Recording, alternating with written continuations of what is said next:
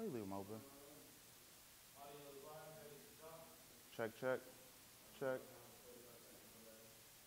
Yo, it is? Is it? Is it that or is it feedback? Okay. No, no, no, no, no. Don't run it yet. So it's cool. It's all right. It's all right. Don't crossfade yet. Is that feedback or? Okay. Yeah, just mute it real quick.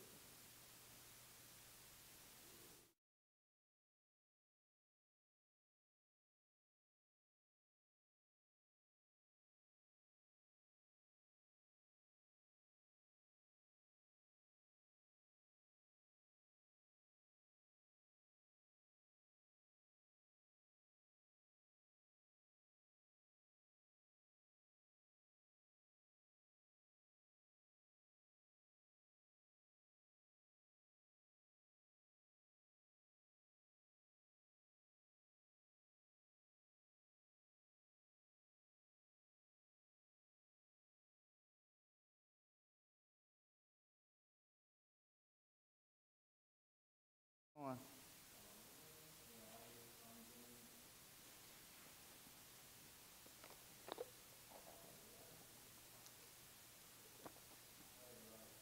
All right.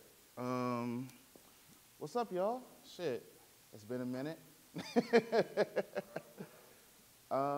Today, kind of is an intermediate session between when we start back up frame for the springtime. We figured we'd get out, one, test out this idea of like these workshops that we want to do, because there's a lot of talented folks and a lot of people that know a lot of shit. And so spend the whole day just really just workshopping and just going over the idea of street photography and what that is. For those who are interested in street photography, and for those who may just like, yo, I just wanted something to do. Street photography is something I'm not really into, but I want to learn a little more about it. Hopefully today you get some benefits from street photography, even if you don't ever do street photography again today. After today, maybe you see there's like, oh, you know what? There's a reason why I could apply this discipline to other aspects of the other places of photography that I do. So quick intro for those who are new, that are not in the class, that are joining us for the first time. This is Frame. We're part of 510 Media Hope Foundation, and it is for photographers teaching this class. The cool thing is that collectively it's that damn near 40 years of experience, and everybody has a very strong, unique skill set.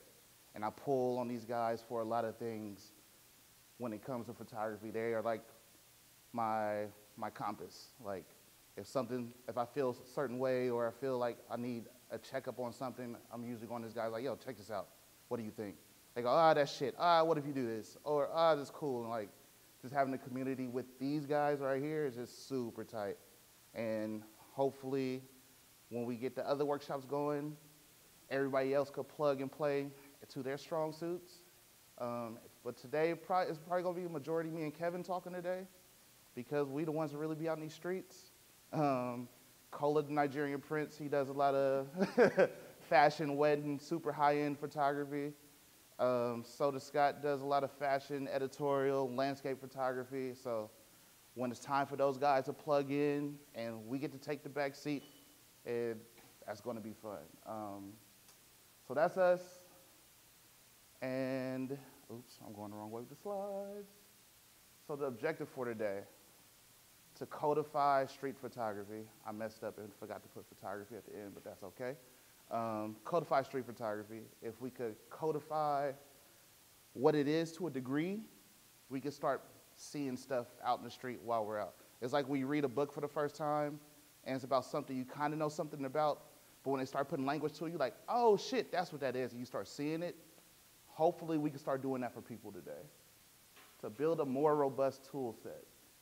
There's a lot of tools and little things, especially outside of just the technical aspect to street photography, that we could touch on, we're going to touch on today, and to minimize the fear of shooting street photography. how many of us get a little apprehensive or feel a little certain way sometimes we're out in the street? You know, show of hands, right? Yeah. Oh, also, for the people online, feel free to ask questions at any time. We'll be popping in and out, and someone read the questions to us. So yeah, right, there's for sure a fear. As much as I'm in the street, I have a lot of fear when I'm out there too. So it's not things you're gonna really overcome. It's just things that you're gonna be able to do to minimize it and just be able to pay attention to why you're fearful of certain things, right? So, a little background about me and why I'm here. This is a picture from 2006. This was essentially my intro to art right here. I was homeless at the time. I was staying with a friend on his couch, and I was an athlete at the time. I was doing no type of art.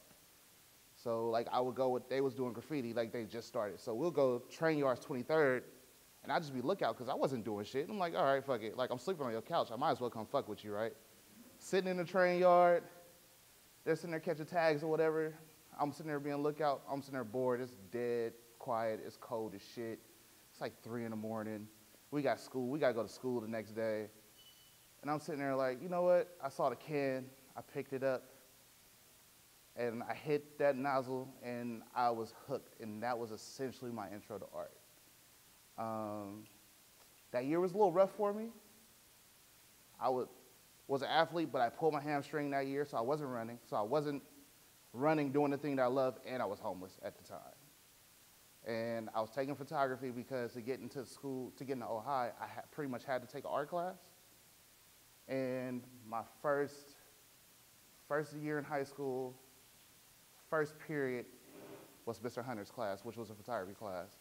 And that was my intro. I was like, oh shit, this is art, this is high school, this is kind of cool, you know what I'm saying? So I've always been in Mr. Hunter class. And while I was there, he would always give us film cameras.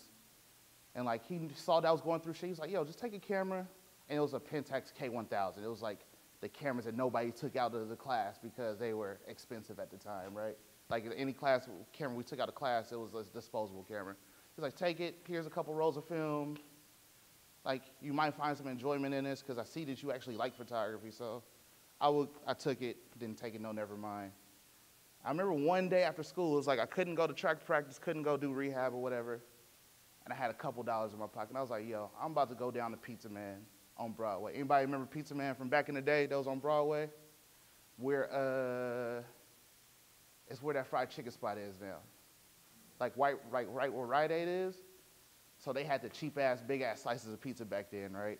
So I go there, I get my slice of pizza, I'm sitting on the bench at the bus stop where 72 is. I'm like, just chilling. And this homeless guy, tripping, right? Super tripping at the time. He's like off his meds or whatever, come sit, he's like yelling at the top of his lungs. He comes sit next to me, and I had my headphones on, so I wasn't really tripping. I was having a shitty day. I was like, whatever. And I'm sitting there, and I took my headphone up. He goes, say, young man, you realize when you have you realize when you have all the control in your life? I was like, what? Then he said it again. I was like, nah. He's like, when you realize you have no control at all. And that shit stuck with me. I was sitting there like, okay. And I had the camera out. He was like, yo, take a picture, right? So I took the picture. And at that moment, I don't know what, I was like, oh, this is fucking tight, right? So he gets up, starts tripping, walks off again, right? So I'm fucking juiced. I'm like, oh shit, like this is tight. Like this is the highlight of the week right here. I don't know what this was or what this feeling was, right? So I go back to school. I finish the role over the next couple of days. I go back, develop it in the dark room because we're shooting black and white. And I'm telling Mr. Hunter about this picture I got. I was like, yo, I got this portrait. This homeless dude on the street. I feel like it's kind of going to be kind of cool. I can't wait to see it. And I fucking had that picture. That's the picture. I underdeveloped, I underexposed the fucking role. But Mr. Hunter was like, how did it feel? I was like, I'm hurt, but something about that day will probably live with me forever. I didn't end up doing photography for a while. I picked it back up like after high school for a little bit, then I came here today, and that's my earliest recollection of street photography. What's the question?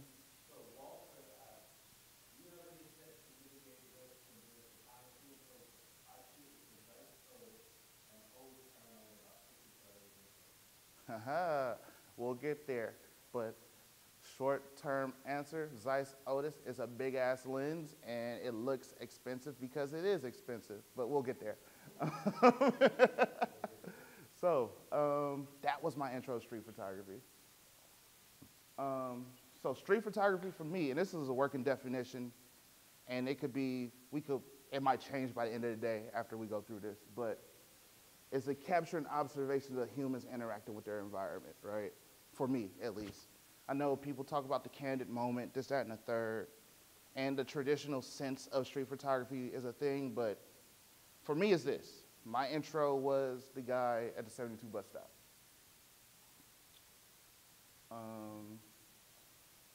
So why should most of us practice photography? How many of us do video? How many of us do photography, other forms of photography?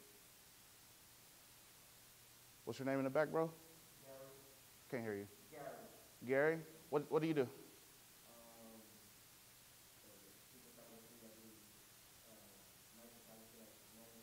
Night photography, long exposures. Cinematographer in the house, same. That's pretty much how I make all my money. Anybody else? Anybody else? David? David's a cool-ass studio photographer, shoots the greats like Gary Payton and shit. Yes, we know. Thank you for reminding us. Humble brag, right? But I have a strong feeling that street photography is mad beneficial for a lot of reasons. Outside of just being out and documenting the world. One, you become a photographic magician.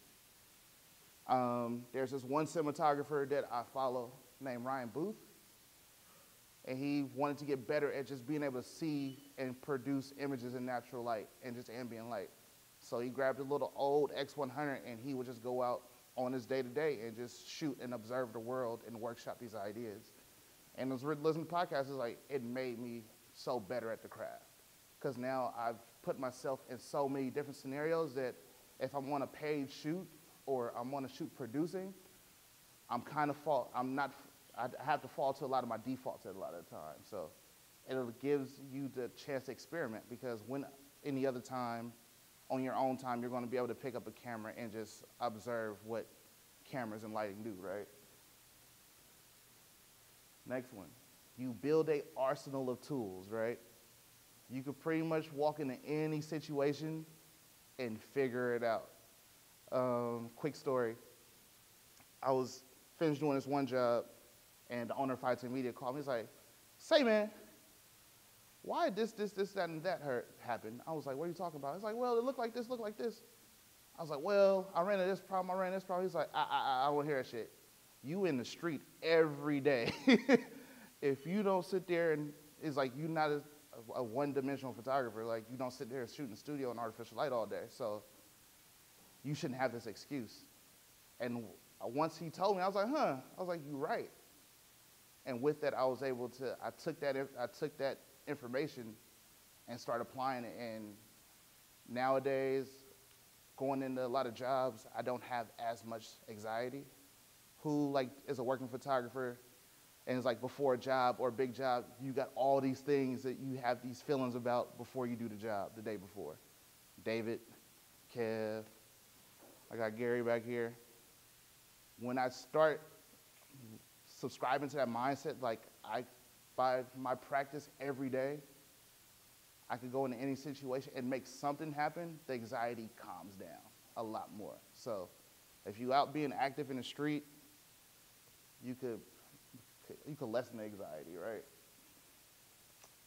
Less anxiety, you don't feel like you're about to fucking drown every time you're about to do a job. You don't feel like so much is at risk because you feel like you have a better grasp of the tools of the situation and various possible outcomes that will be affected. And hoopers are gonna hoop. This is a term we use in the hood, right? It's like, this is the one sport that you could just put up a basket somewhere and just practice, right? Street photography, same thing. You don't need a model, you don't need a clean landscape, you don't need product. You can just go outside and go figure it out. But there's a caveat, right? It's difficult. Who feels that street photography is hard? Right? It's hard. Kev's like, nah, that shit's easy. Right? Wait for the train.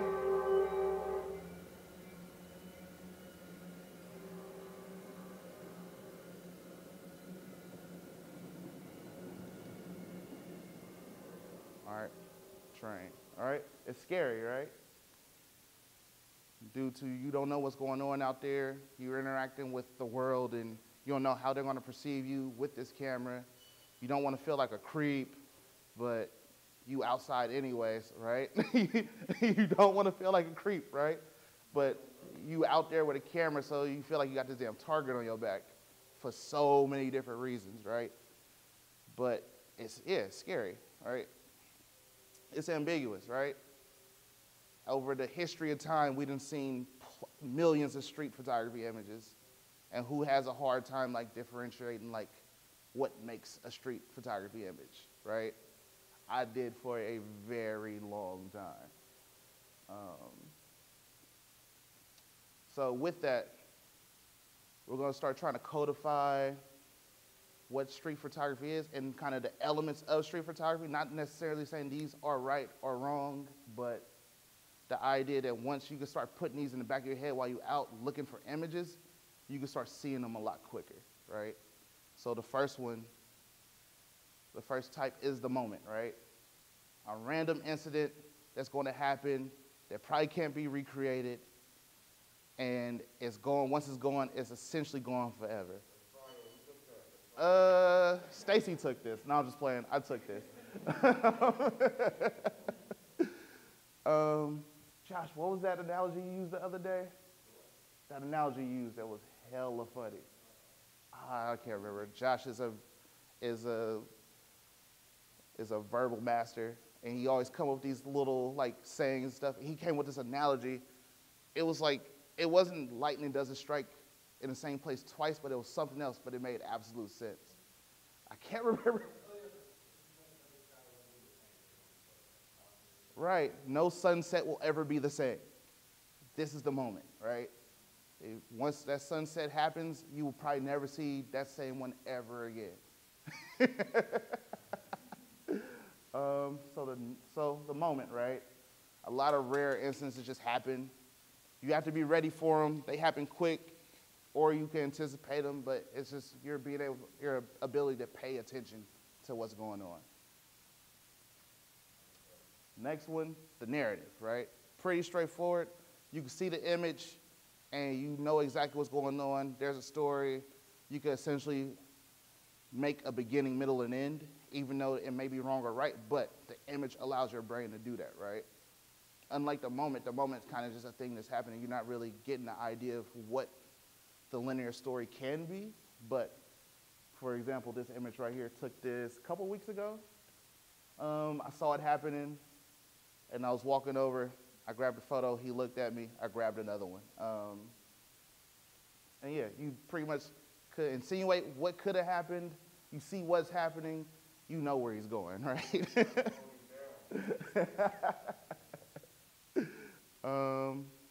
More in a moment, right? Somebody putting their shelter together, trying to figure it out. You know where it's going, you know where it's at, you know where it potentially started. It started with no resources at the moment. Now he's in the middle of building it, and he's eventually going to have some form of shelter, right? The aesthetic. This is where a lot of contemporary street photography is going, right? It's a lot of fancy use of geometry, composition, and a lot of visual elements to make a more graphical representation of the world, right? Alan Schaller, one of the contemporary greats right now, he's real famous for his super graphic black and white street photography images that we all chase and try to shoot today, especially me and Kevin. With that, right? Oh, so yeah, there's this. There's probably be more representation of that throughout today, because this is probably my favorite form of street photography, being that it's a way to make art with what's in front of you, and just making that puzzle and being able to present the world in an interesting way that most people can't see it. It's always been fascinating to me. People, right? So we're going to break it down to, since we're talking about people engaging with their surroundings, obviously people, and one of my favorites, people implied, being that you know there's remnants of people and you can see them being there, but they're not there, right? It's more ambiguous, more mystery. It lets your mind wander a little more when you can find images like this. For me, and I know for Kev especially, these are always cool finds, right? And it's like, yeah, we see them sitting at the spot, right, or at a spot. But this is another situation with the seats without them there, with something on the table, so you can kind of make an idea of like what happens right there, right? Approaches, right? So there's generally two approaches. Not generally, there are two approaches, right? Me and Juan talk about these all the time. There's hunting, right? Being that you have to interact with the world. You're either going to essentially chase down or follow subject matter, or follow and chase down a lot of the scenes. So you're moving quicker, it's more spontaneous, right? Then you have the fishing method, where you camp out, you find an interesting composition. A lot of the aesthetic types of photography come from this. You find a scene that looks cool, you find some interesting things going on, and you wait. And you may wait for 5 minutes, you may wait for 20, you may wait for an hour, you may not get it and come back 4 days in a row and try to find something there, but it's about just waiting for that right moment to happen. For me, a lot of these images, these are more rewarding than hunting, because I feel like I worked for it. Being able to come back and be like, yo, I really got that. And sometimes I'll go find a spot and I'll probably shoot it 3-4 times. And you guys will probably never see the image because nothing happened there that I actually felt was worthy of showing. And it's just, until it happens, it's just going to happen. But I'll always go back to a certain few spots and just try to see if anything happens, if it yields a result. Is there any questions online? Any questions in the room about anything so far? What's up, Kev?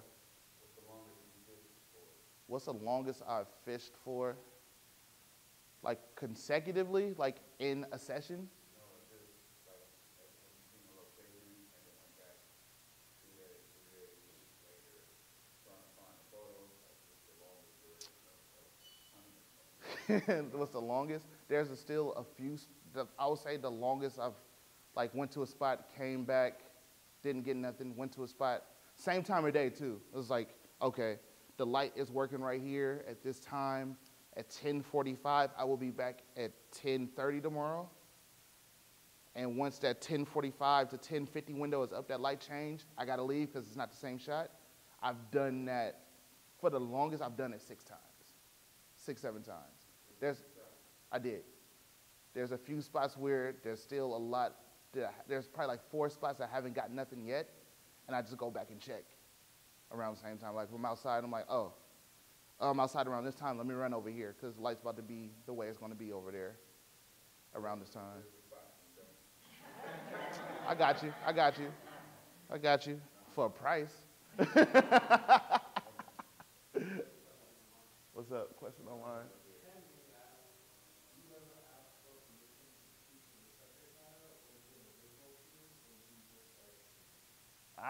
We'll get to that in a second, Henry. Do I ever ask for permission or get a visual cue or some sort of acknowledgement? That's what we're going to call it. Yes, but we'll get into it. And sometimes no. Gary? I think going back to the types of people that you focus on now, like when we're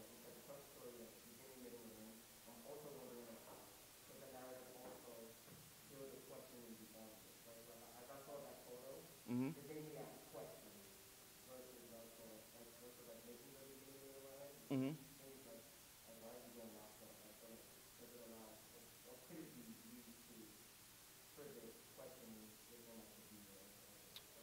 Can a narrative type of photograph evoke a question? I would say so, right? Because we all had questions when we saw it. It was like, what's happened? Where is he going? What did he do, right? And a lot of those, and if we think about microwave versus cooked food, I would say the aesthetic approach is microwave, right? In the sense that you see what it is, it's interesting, it's cool, it's like, ah, this was good, right? You're on to the next thing. But a more narrative form of photography, and narrative photos are a little harder to get because it's harder to tell a story within one frame. That's why we watch movies, right? So a lot of narrative forms of street photography or documentation come in the form of projects, come in the form of books. But yeah, I would say the narrative form of photography is more like somebody cooking a meal. Like, you're going to come back to it, you're going to enjoy it, you're going to appreciate it for a lot longer, right? It's going to stay warmer longer, right? You're going to be able to reheat it, it's going to be cool. Like, once you put something in the microwave, it's done. But that's a damn good question. Is there any more questions online? We'll wait for this train to pass.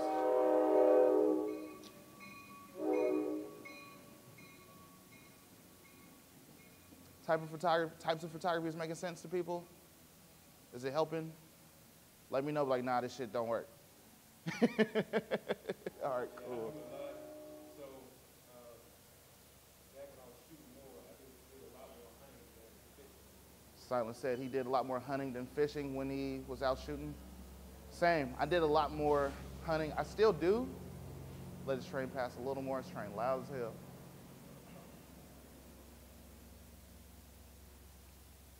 I still hunt a lot too, but I used to hunt a lot more. It was probably 95-5.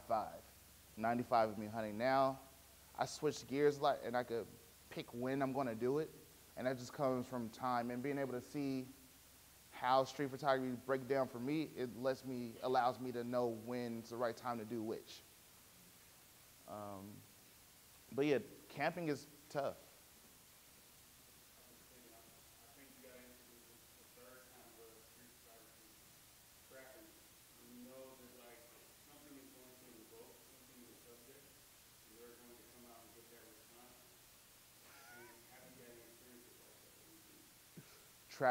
Trapping is, Scott was essentially saying, like, another form is trapping. I would say it's more of a tool than a type, because I'd set a lot of traps when I'm out. It's a lot of little things, right? And we'll get into them later, but like if I'm out and I see somebody and I want their attention, I'll have my keys right here, and I'll just jiggle my keys, and they're gonna look. And depending on if I do it hella crazy, like ying, ying, ying, ying, ying, they're gonna like, what? If I just tap them, it'll be more of a, oh, what's going on? Then I'll fire the shot. A lot of, Kev does a lot of traps too. This one trap that he did, I will never forget. We was out one day, and we was walking down the street, and this lady was walking towards us, and he goes, smile, beautiful, you're gorgeous, and she couldn't do nothing but smile, and he fired, and it was like, bro, like, that was amazing. Like, say that again? Unorthodox, yeah, but yeah, I use traps a lot. Like, I'll stand at people's peripheral just because I know they're gonna look. I'll stand enough just so they like, I need to look and see what this is, because people got to be aware, right? Then once they look, I'm taking a photograph. Or I know that I want people to walk a certain way. I'll stand on one side and let them walk that way, because I know they're not about to walk in front of me. So all these little things you could do to get people to manipulate your surroundings and the people around you that people probably wouldn't even pick up on. So it makes a good street photographer, right? It's an understanding of the technology and the tech and what you're doing with the camera, right? We're not gonna cover a lot of that because a lot of that shit's on YouTube for real. And we cover a lot of technical stuff in frame, so when sessions start back up, holler at us, we'll get you technically tight. The aesthetic side, right? I kind of yield this up to like compositional practices and things you could do compositionally to make things interesting.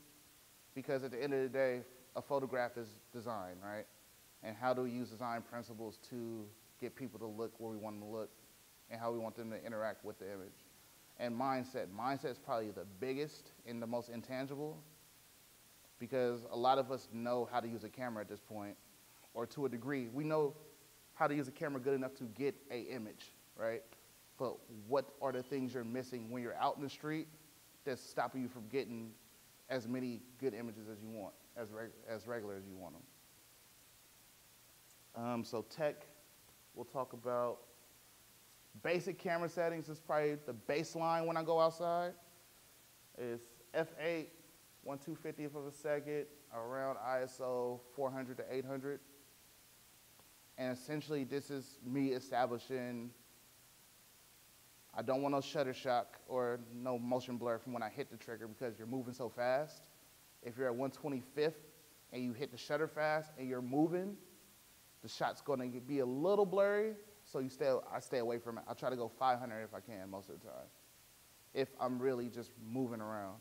F8, because you don't want to miss shit out of focus if you're not trying to sit there and not shoot a shallow depth of field. And street photography is about context, right? We want to see what's going on in the scene, so if we're blurring out everything, then what's the point of going in the street? We might as well just shoot in the studio or shoot cool little backgrounds with stuff in front of it. ISO 800, 400, just to compensate for how fast I need the camera to be most of the time. And most cameras can handle ISO 400, 800 out the box at this day and age, because there's no such thing as a bad camera that we have in 2021. So that's technical. That's as technical as we're gonna get for real. Lensing, I lied. But lensing, I want us to think about lensing and lenses in not necessarily telephoto and wide angle and what they are, the numbers are, but when I'm thinking about lens, oh, nope. So lenses, right, for street photography, I jumped ahead, look at me. Street photography, right? A lot of the times, most of the time, if any, I'm not trying to shoot on a zoom. Who shoots on zooms a lot? Why do you shoot on a zoom? I know, because all you guys right now, if y'all shoot zooms, y'all can get out because it's prime time. Deion said y'all got to leave.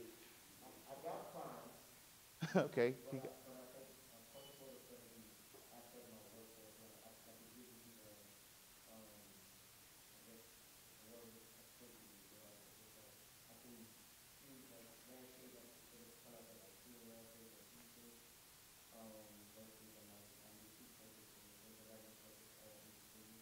Uh-huh.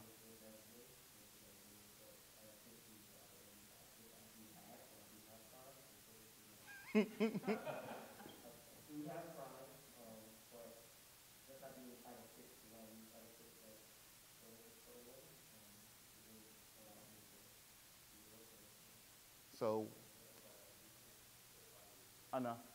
So, Gary said 24 to 70, he zooms because it's a workhorse of a lens, which it is, for sure. He can cover a wide range of subjects from landscapes to portraits and everything in between, which is true. Yeah, all valid. But in the street, why would you want to carry a big-ass lens, right? And the other thing is, too, I agree, and like I use zooms, too, for like when I'm doing work, but for the practice of just practicing and working on discipline of photography, when you could just get used to one lens and one lens only, it becomes a part of you at that point. It's like I could pick up a 35 mil and not even look and shoot and know exactly how I'm framing it up because it's embedded in my DNA at that point. But when you're zooming, you have no idea of what's going on because it might be zoomed out, it might be zoomed in. Now you go, oh, I want to get closer, you're going to zoom in, zoom out. So now your compression is changing, right? So yeah, zoom lenses, when they work, they work, and just for efficiency, right? But for street photography and being a part of the world, just to minimize the amount of thinking you have to do, It's like once you get a prime lens, it's a lot easier because now you're not thinking about it. And two, you just engage the world different with the prime lens. Kevin, you got anything you want to say about that? I saw you. I was just agreeing, Hold on. Is it blue light? Yep. when I started, I was kind of, I won't say forced, but the adjustment was to stay with 50 mil. Right. And he's my teacher, in and out, and he gave me a different perspective on the world, so I have to back up, and when I have to put me in. So yesterday was like, I don't want to take that away, but You're good. it don't mean that I'm a born uniform starting, but I have to be able to see, find different angles I think that, so it helps with my free stuff. Yeah, on my book, like what I can do, Yeah. something like that. Yeah, and with that, right, it's a more conscious decision on what you're doing. Like if you have to actively move your body, you're going, why am I moving? Suppose, oh, I'm zooming in to get closer, but contextually, why am I moving, right? Because now you're engaging photography in a whole different way. Question? Can you use zoom to use the depth, reduce the depth of field from a distance? As far as compression, Henry? I think we're going to get there in a second. But not necessarily zooms. You would use a longer lens, a more telephoto lens, opposed to shooting a 35, right? And we're going to get into that next. So you don't want to be this guy, right? You don't want to be out in the street with the big-ass zoom lens. It's just creepy. Like, if you're in the business of photographing, or if you're in the mindset of I'm going to photograph human beings being human beings, peopling, you have to be a person. And once you go outside with that big-ass lens, that big-ass camera, you just put up a sign that says, I'm not human, subconsciously. Like, you look creepy because it's so irregular. And psychology, from psychologists, the psychology behind it, we've seen somebody with a telephoto lens sitting in the car taking pictures of bad guys doing dirt in movies time and time again. So you outside looking like that, people gonna feel a certain way.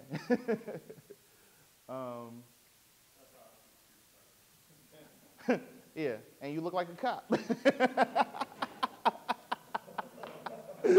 Not you per se, but looking like a narc. So to Henry's question about compressing the background, I don't necessarily think about focal length as like if I'm going to shoot wide or I'm going to shoot tight most of the time when I'm picking the lens for today. Or even when I'm shooting zoom lenses too. Like I'm thinking about am I using compression or I'm using context or compression, right? Context meaning that if I zoom out, right, or use a wider focal length, about 18 to 40, there's less compression in the scene, so more things are in focus, right? So I'm providing context at this point. It's like, do I feel like showing the world and the way the world is, essentially, right? But it puts, and the cool thing about a wider lens is it puts us into space.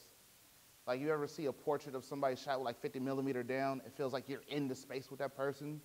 Supposed to shooting at 100 mil up, it feels like you're just looking at a representation of that person. Like usually you get a lot more of a visceral feeling when you shoot with closer lenses, right? It puts us into space. It's great for documenting the scene, of course. That's why street photographers since the beginning of time, 35 millimeter, 28 millimeter is kind of like the go-to because they were so enthralled in providing context and shooting the space with people in it. More information in the frame, so it means you got to organize a lot more shit. Shooting wide angles exposed a lot of my compositional flaws when I first started shooting them. And I kind of ran away from it for a minute because I came from shooting on a 50 millimeter on a crop sensor, so it was a 70. So I was running around shooting a lot of portraits and a lot of shallow depth of field things. But once I put a wide, I was like, oh, all right, I got to really work at this now. And being able to work on composition with a wider lens on your own time, when you go do jobs and you have to do stuff for a client, and they're like, yo, I want what you do with them angles. It's like, it's a pat on the, it's like a badge of honor. It's like, yes, you know what I'm saying? Like, you see what I'm doing and you see how I'm presenting the world in a different way. And it's way more expressive to me, like wide angle lenses, because everybody's gonna have their own take on how they see geometry and how they line up and organize information in a frame. So yeah, this was from that day that was crazy outside when the smoke was here, right? And like if I would have shot this on a 50 mil or a 75 mil, like I pretty much would have only got this. But I was shooting on 35 mil that day, so I had to make sure that I arranged all that chaos up top in an interesting manner that made sense. Because if this would have, the light post in the back fell too far to the side left, too far for the right, wasn't high enough, wasn't low enough, then it would have been far more distracting and not a complement to the overall composition. Compression, right? So one of my favorite street photographers, Saul Leiter, if you ever get a chance, he flipped that whole tradition of street photography on his head. He's like, I'm about to shoot on these long lenses, fuck what y'all talking about.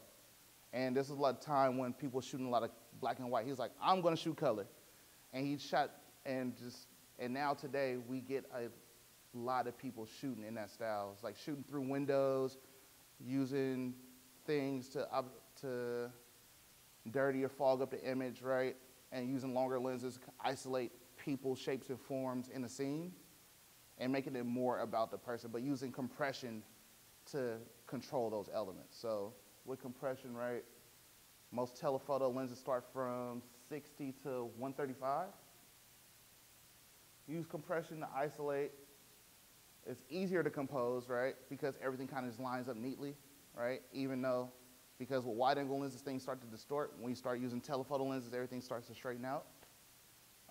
It's more voyeuristic though, right? You don't feel like you're in the space with a person. You feel like you're looking in on that person, right?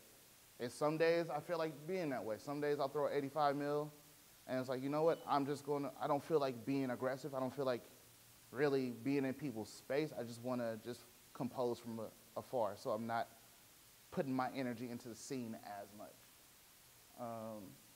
It's easier to make distinguished shapes and forms, right? Because everything kind of just pops and isolates more, so you could isolate things out and shapes don't blend together as much. As far as like the shape, not necessarily saying that like it being out of focus is blending together, but if you're shooting a wide angle, right, them lines are gonna be more, the power lines are gonna be more lines. If I'm using a telephoto and I shoot the power, if I could get the power lines in the back, they're gonna be more distinguished in how they're presented, right? And they'll be easier to separate them from what's going on in the scene. Depth of field and hyper-focusing. I put this in here for a few people that's not in the room that said they wanted to talk about this. So Rudy, when I see you, we're gonna have some problems. But now hopefully Rudy's online. But using depth of field is probably the biggest technical thing that I use when I'm out shooting in the street, because everything's pretty much set, but I'm using depth of field to control what's in focus and how I'm focusing, and being that things are moving so fast and you're shooting from the hip a lot of time, being able to know how much is in focus and out of focus before you even take the photograph helps a lot, right? So depth of field, just a quick representation of it. The wider your aperture is open, the less depth of field or less in focus that you have, right? So that's why we're shooting at f8, because we're putting more things in focus. If you see from the diagram here, f16, even more things in focus. So when you're shooting on the street and you're shooting from the hip, and it's like, how are people getting things in focus? And it's like, my camera's hunting back and forth and I'm missing stuff. This is why. Because they're usually shooting at f8 or higher. So that way they don't have to think about their camera focusing. Oops, I hit the screen, there we go. Bong. Manual focus versus autofocus. How many of us shoot manual glass, like on a regular? So nobody raised their hand. Okay, yeah, on a regular. On a regular. A lot of my favorite lenses are manual focus lenses, sadly.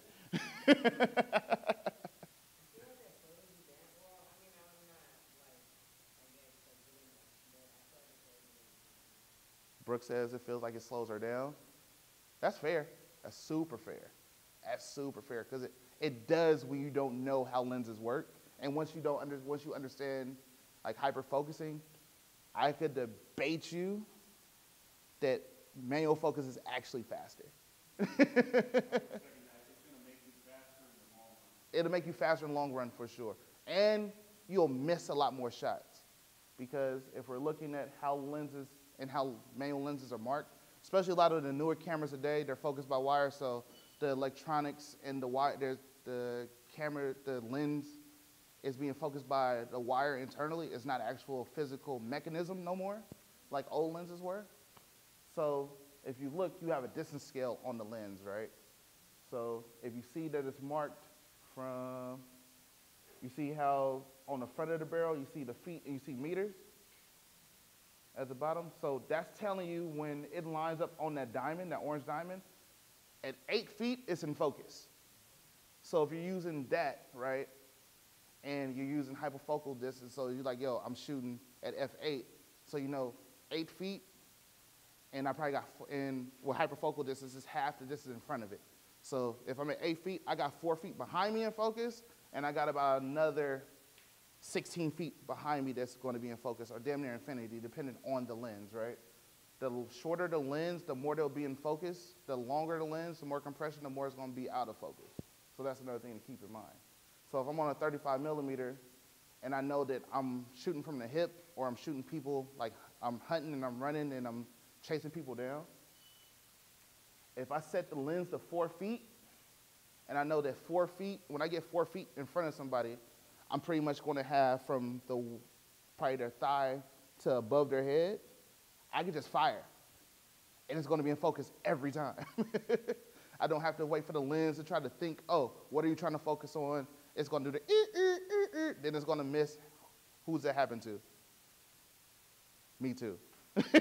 All the time, right? But you can just set it and forget it. Like knowing that, like, oh, I'm at 4 feet or 2 feet. You get as close as you want to at people at this point and just fire. And this is the other thing about when you shoot primes. Once you learn the lens and learn, like, this is how wide it is or this is how narrow it is, you can walk up, fire it, and you just compose it subconsciously. And as long as your focus distance is set properly, you're going to be in focus. And you got the shot. Make sense? Yeah, all right, yes.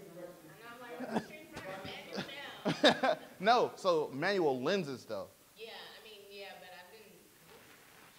Right, that's a focus by wire lens, right? So you have no markings on that lens. Well, this is the manual reading, though.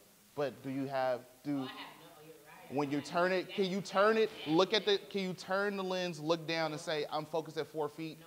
Exactly, right? I think the issue with this that I had was about spatial awareness. Uh-huh. At that point.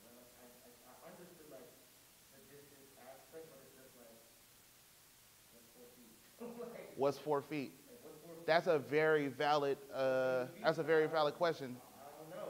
Gary said that he understands the concept, but the spatial awareness of knowing what 4 feet is or what 6 feet is, he having a hard time with it.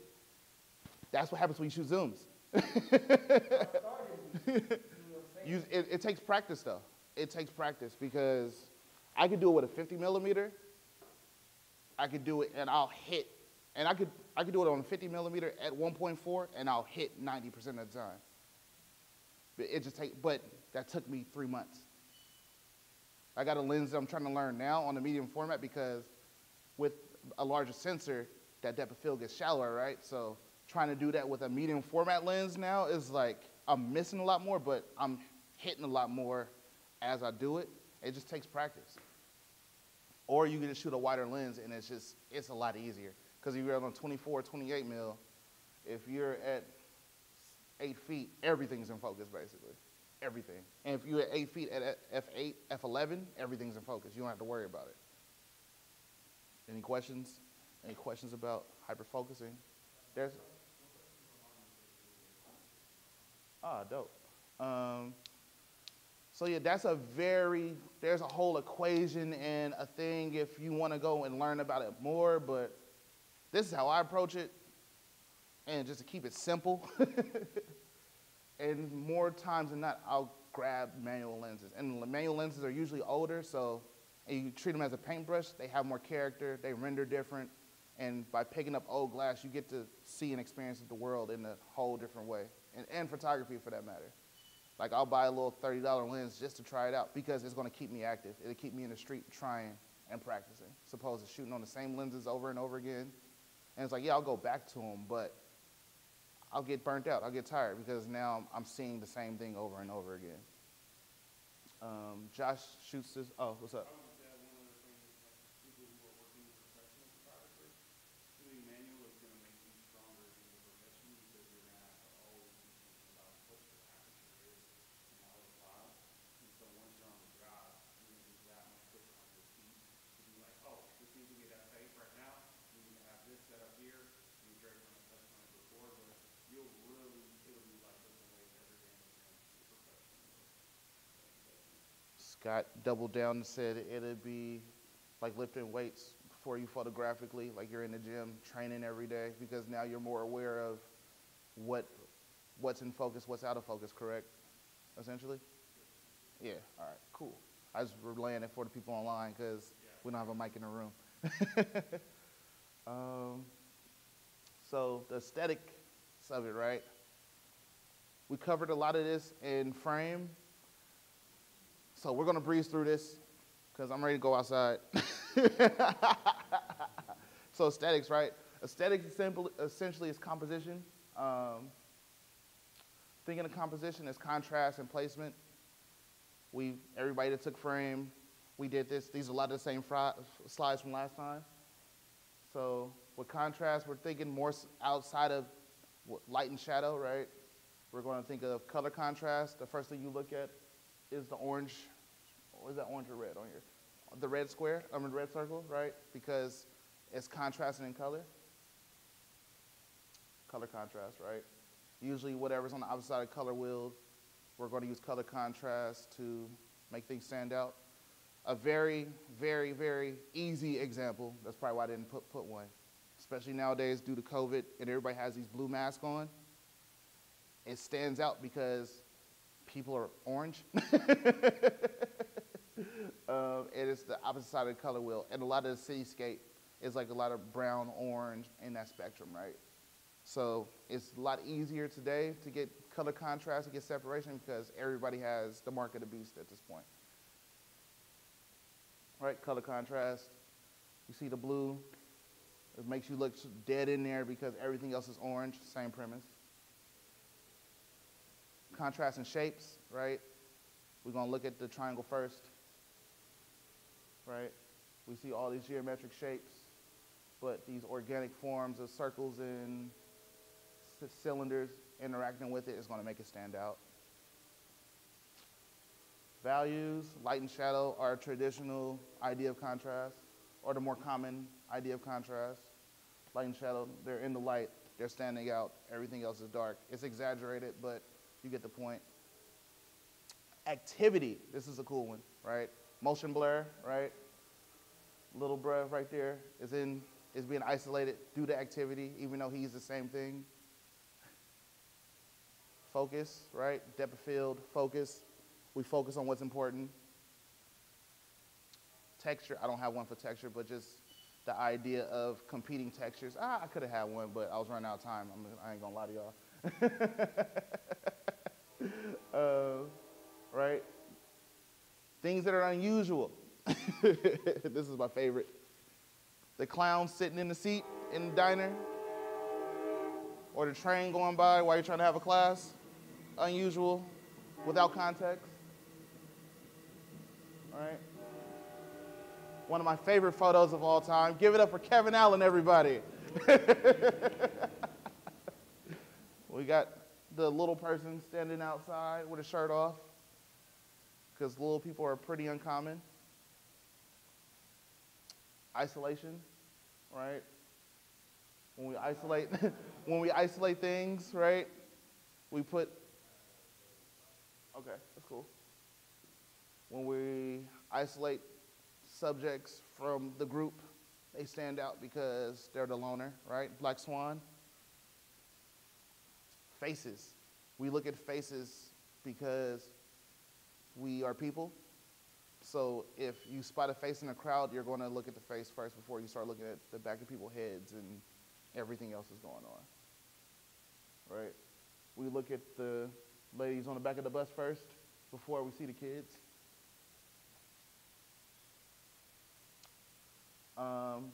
Keeping our focal points to a minimal, right? We don't want to crowd the frame with a whole bunch of competing focal points. So keep it simple, especially in the street, because especially there's a lot going on. And especially if you're shooting wide angle, you're looking at all these things and trying to put them in a frame. I am a culprit of this. I do this a lot, and I have to tell myself to stop that shit. So just learning how to just simplify and just able to pare it down. Scott will tell me all this. I'm like, Scott, what about this? He'd be like, crop all that shit out. I'm like, but why? He was like, he cropped it. I'm like, oh, you're right, Scott. Thank you.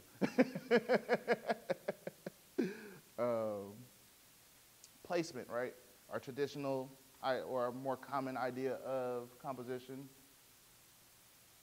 We have static versus static versus dynamic. More dynamic compositions, rule of thirds, right? We're putting things on a third. Using the Fibonacci sequence, the golden spiral, right?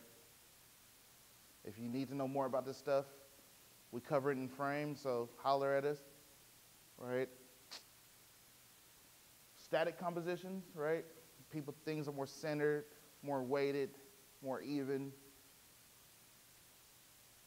More dynamic compositions, same thing, but I put them on the Fibonacci sequence and it gives a shot a little more movement and it gives a little more visual interest because you're not looking dead in the center. Layers, right?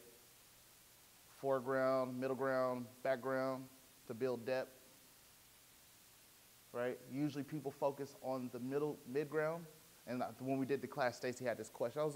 She was like, could you focus on the background and still have foreground, middle ground, background? I was like, I think you can. Then I just shot this photo one day and I posted, she said, you did it. I'm like, what are you talking about? She's like, you put the point of interest in the background. I was like, you did say that. I was like, so yeah, there you go, right? Because traditionally we'll blur the foreground and the background out, but keep the middle ground in focus. But I focused on the guy in the background and used the pigeon. If anybody that knows me, I love shooting pigeons for some odd reason. I'm still trying to figure it out. But if y'all figure it out for me, let me know. Carry a lot of bread. This shot was on an autofocus lens. My question now is, how were you, I guess my question is like, how were you able to do it? Was it like focusing out of frame, like to focus on the background? And then I can see a lot of hunting going on. It's spot on. You thought I hunted for this one? When the lens goes into like the hunting mode, like I can see like trying to focus on what you're saying in a row, right? So just wondering like how did you get to it? So the funny thing was, this was a happy accident, to keep it a buck. I saw the composition line up with the guy in the background, and I knew somebody was going to stand in this area, and this comes from just knowing people and how they're going to interact with the space. Oh, he asked, what was the question again? Sorry, Gary. It was just, how did you come to this happy accident, right? How did I come to this happy accident? Because he was saying that if I didn't manual focus, how did I know to focus on the background? Yeah. So That's a good question, and I probably should have made this a point in this, but I didn't make it in this presentation, so 2.0, we will talk about this. It's called building the shot, right? Being that you're out, and it comes from a lot of fishing, one, right? But building a shot, you wait, you see an element or two that you like, and you sit there and work it to see what can happen. And you're like, okay, I see no people are going to stand on this back corner over here. I know people are going to line up right here, and just waiting for them things to happen. The pigeon was the happy accident. I wasn't expecting the pigeon to walk in the frame. Now, if you wanted to finesse it, you would throw some bread right here and let pigeons just come eat. You're like, I want some pigeons in the foreground. That's an easy way to do it. But now you're trapping, right? Or you put a cone right out of frame if you want to really trap to get somebody to stand right there, right? But now you're just really manipulating real life. But yeah, it was a happy accident. I lined up the composition of the guy standing there. And I was like, oh, this might be cool. What I was trying to do, I was trying to get somebody to walk and frame the guy in the background between their legs, but it didn't happen. So they stood there. So I moved over a little bit when I saw that, oh, it's a red light. Then the pigeon walked up. And I was like, oh, I'm going to use the yellow as my foreground element, the textured yellow part of the ground. I knew I was going to use that, and the red kind of leading us into the composition, right? But I didn't expect the pigeon to walk in there. So, yeah, damn good question. Yeah, building building the shot is very crucial to a lot of good photographs. There's this book called Contact Sheets by Magnum, or Contact, and it's a lot of the monumental photographs over history, and they show everybody their contact sheets, and you see the photos they didn't pick, and you see the whole roll of what they shot, and you're like, yo, this wasn't the only photo. They shot a lot of photos on this roll, and they picked this one. You see them like moving around, and you see their thought process. So if you ever get a chance to pick up that book, Magnum Contact Sheets, it's on Amazon. You can get the soft cover for like $100, but it's a thick ass book. It's worth it. Kev, you got something to say? Question, what can you speak to luck and how much luck plays into certain styles, particularly like whether we're on the city walk or the happy accident, but how much do you rely on the technical versus letting the moment actually happen? Ooh, that's a good question. How much luck plays a part into creating images in street photography? It plays a big part. But you want the right type of luck. You want the luck that I've taken the camera and like knowing how the tool works out of the equation so you could pay attention to the luck that will happen. You don't want the luck to happen like, oh, I got the right exposure, or bad luck like I got my first photo ever, the shit didn't get exposed, right? So you wanna put yourself in position to get the best luck you can get when it comes to just creating images, not necessarily luck on, I'm trying to make this camera work, and oh, I took the photo and my camera's exposed right this time. But if you're taking the camera out of the equation, you'll find that luck happens a lot more often than you think. Like the image of the guy with the birds flying over him in the beginning, that was luck. But that was me knowing that there's these pigeons that fly around right there because they get fed, right? And knowing that, and my back was turned when it was happening. So I heard the pigeons take off. And I know the route, because I'm out there so much, I know how they fly. So they're gonna fly, there was on one building, I knew they were gonna go counterclockwise and go back to the spot. So I heard the foof, foof, foof, foof. And I was like, oh shit, they're gonna fly over the building. And I saw the guy standing, I saw him out the corner of my eye, I saw a hat. So I was like, oh, and I was on a wide angle that day too, luck. So I turned around, I knew what my camera settings were, and I just turned around, composed it super quick, and fired. And fired like 3 frames, and that was the best frame. That was luck. But that's me taking the camera out of it because I do it so much and I practice so much, the camera was out of the equation. Now, if I had to fumble around with my settings and this, that, and third, I would have missed the moment. I would have completely missed it. So, any questions online? I'm gonna double back on my question for Henry about, do you ever ask technician to shoot for the subject matter or just visual cues, or you start shooting? We'll get in that second, Henry. Promise. I promise. Mindset. All right. Me and Josh do a lot of comparisons, and our way of communicating is if we're trying to describe something or a thing about something, we're either describing them as an NBA player that we know or a car reference, right? They'd be like, yeah, he's a Bradley Beal, or this thing's more like Bradley Beal. It's like, yeah. We're like, oh, okay, I got it, right? So I equate a great mindset as a photographer when you're out as being a very effective point guard. As a point guard, you want to be on system one all as much as you can. System one versus system two task. System one is driving the car to your house, and you could do all these other things because you've done it so much. System two is doing a Rubik's Cube for the first time, right? You want to put camera, everything, even composition, right? You want to do it so much that it's automatic. So when things happen, you get luckier and you're able to pay attention to those moments. It's going to happen at a split of a second because you're not going to get it back. And that's why shooting primes too is a good way to get into system one because the camera at that point becomes an extension of you. You can look at the world and see that focal length time and time again.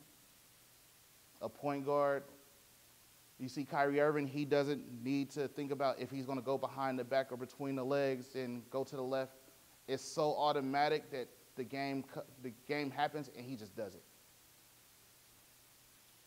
You want to know your tools so you could be in system one, right? You want to know everything about the gear that you're taking out. Because if you're trying to be effective and you're fumbling around with your gear, it's just not going to happen. Know the personnel, right? Draymond Green know when a certain ref is on the court that certain shit he's not going to get away with, or he know when these people are on the court, I could do these things, right? When you're out in the world, you have to pay attention and know where you at and know who you're around.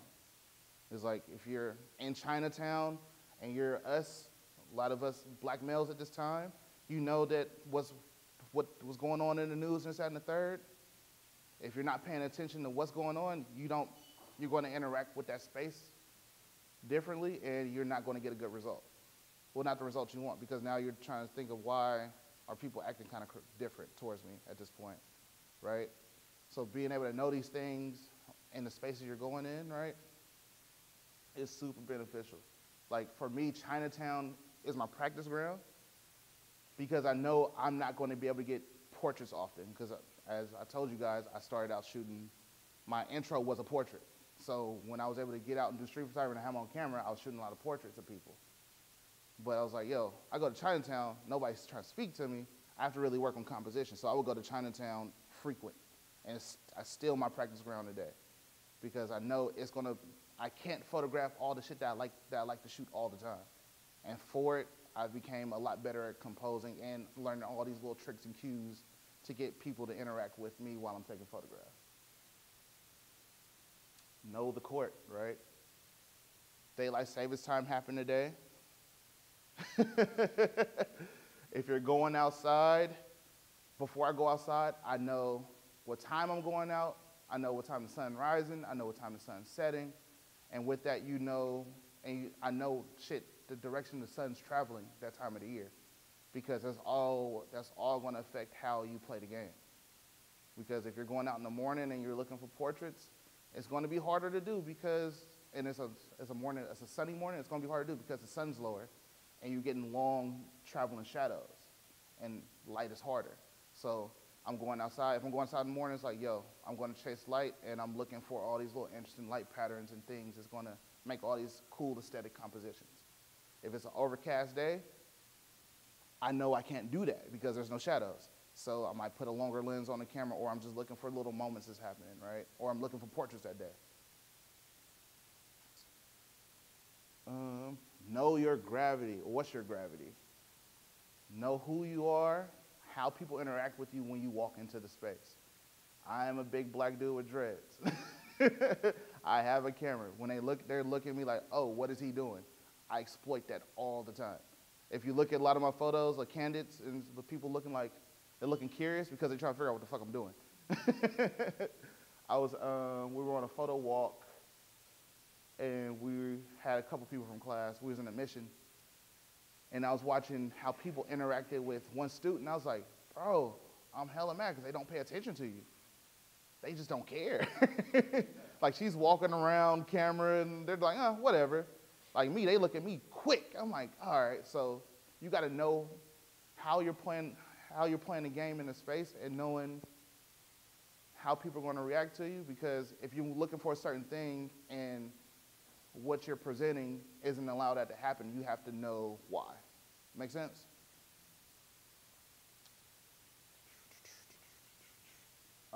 Let the game come to you, right? Adaptation. You go out there thinking about one thing and it's not happening, it's just not meant to happen. Move on. Think about something else you could do, because it's just at that moment it's not happening, or that day is not made for it. See? Don't be invisible. This is huge to me. Being that a lot of people's like, I don't want to be seen, I don't want to bruise a scene, whatever that means, right? But when you're trying to be invisible, and people are interacting with people, people see you not trying to be invisible. So you look like a fucking creep. So now they looking at you like, what the fuck you doing? You know what I'm saying? And you sitting there thinking you trying to be all stealth mode when you fucking standing out like a sore thumb. Like, if you want to be invisible, just be a person, be regular. And like, you can have a camera, it's okay. Being curious, right? Being able to explore scenes, being able to, if you see something, you go check it out. If I see hazards on, or I see a damn a siren light going off from a distance, I'm gonna go over there and see what's going on. Like, and 9 times out of 10, you're gonna find something out. And you may be able to photograph it, maybe not, but you're being curious. So it's better not knowing that you did, it's better knowing that there wasn't nothing there than not getting it. Awareness is huge. Being aware of your surroundings, being aware of everything that's happening for safety and confrontation purposes, right? Because at the end of the day, you're outside with a camera. Cameras are expensive, especially nowadays too. People are struggling. So if you're outside just like, I'm taking photographs, and not being a part of the world and not being factual about it, you're gonna get beat upside the head, right? And awareness will save you out of a lot of those situations. Because if people know you're aware, then you're less likely to get fucked with. And just kind of to sum it up, the camera looks both ways, right? What you point the camera at is a representation of you, your feelings, your fears, what excites you. If you know me, and you're like, why does Dre photograph a lot of homeless people? Dre's fucking terrified of being homeless because it didn't happen twice. So, and I can empathize with a lot of the stories and a lot of the instances that happen, a lot of that's just going on. So, we're almost done, kind of. With making is there any questions? Let's slow it down for a little bit. No questions? Any questions? So, what's up?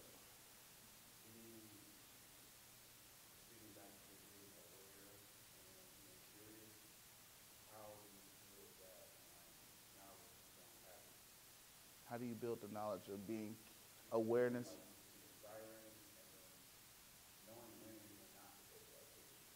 Huh.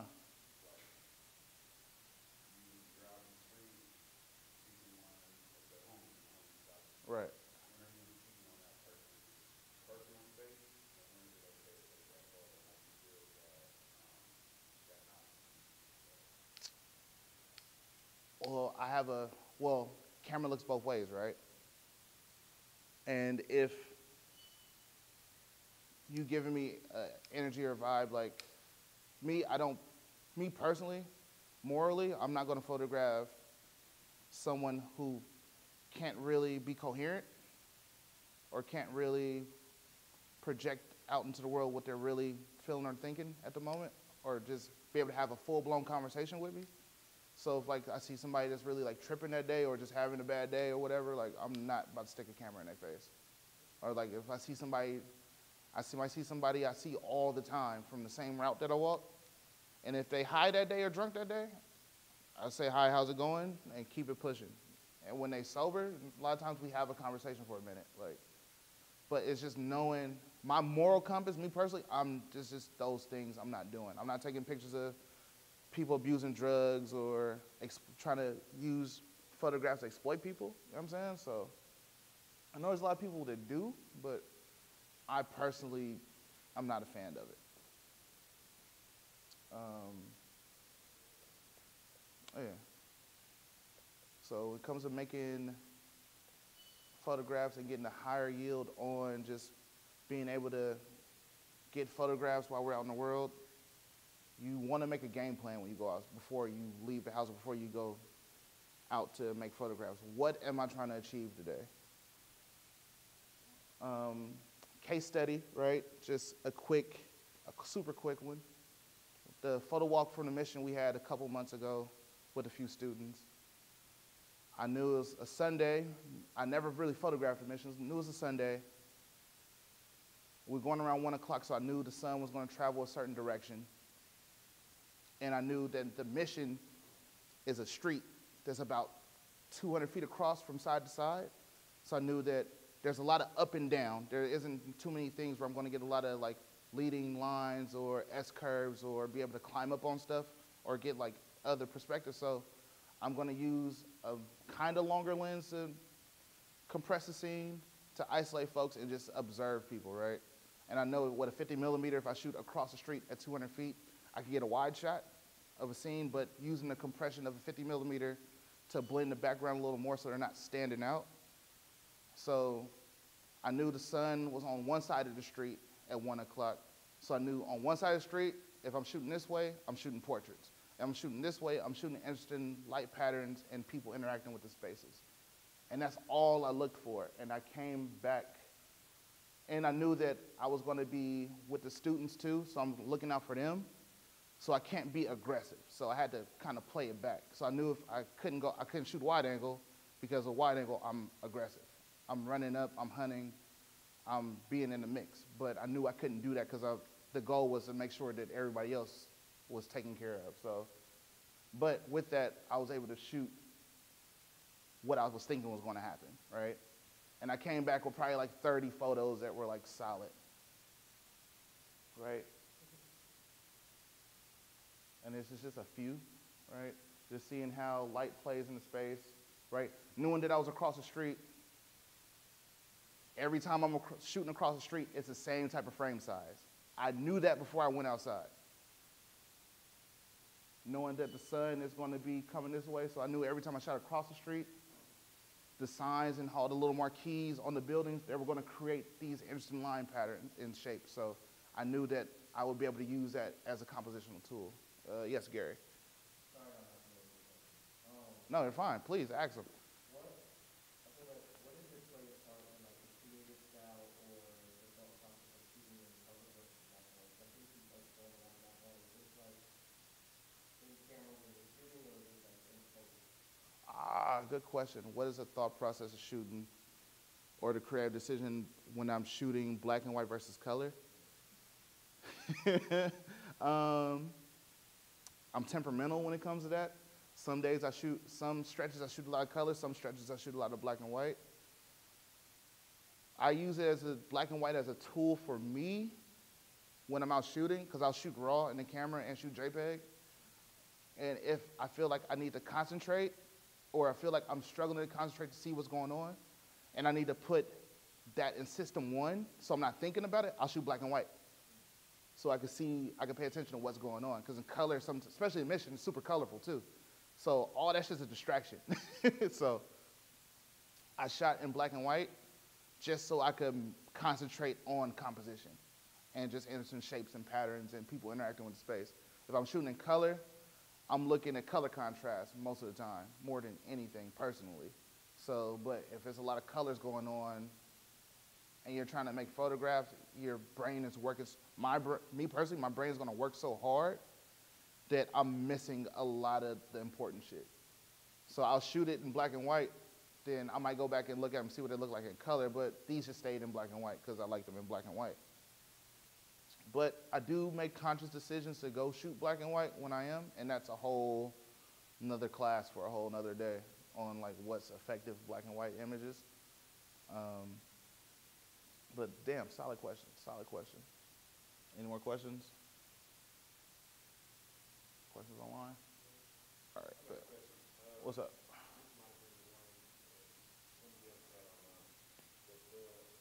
Permission versus shoot first, ask for forgiveness later. Like that balance.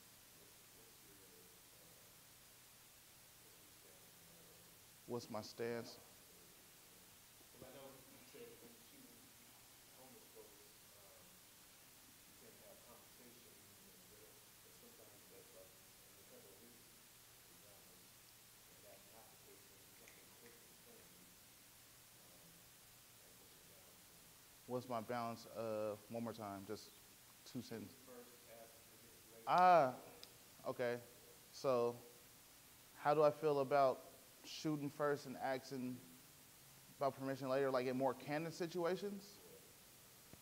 I have this very simple equation that I live by when I'm on the street, and all of us know this equation.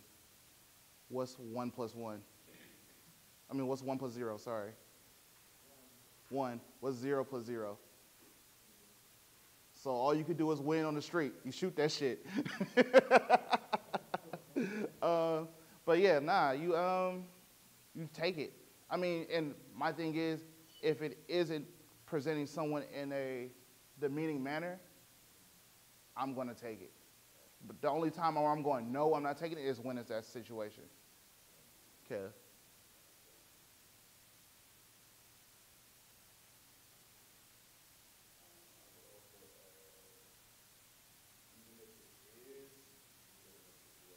Yeah, we'll bring, it's in here.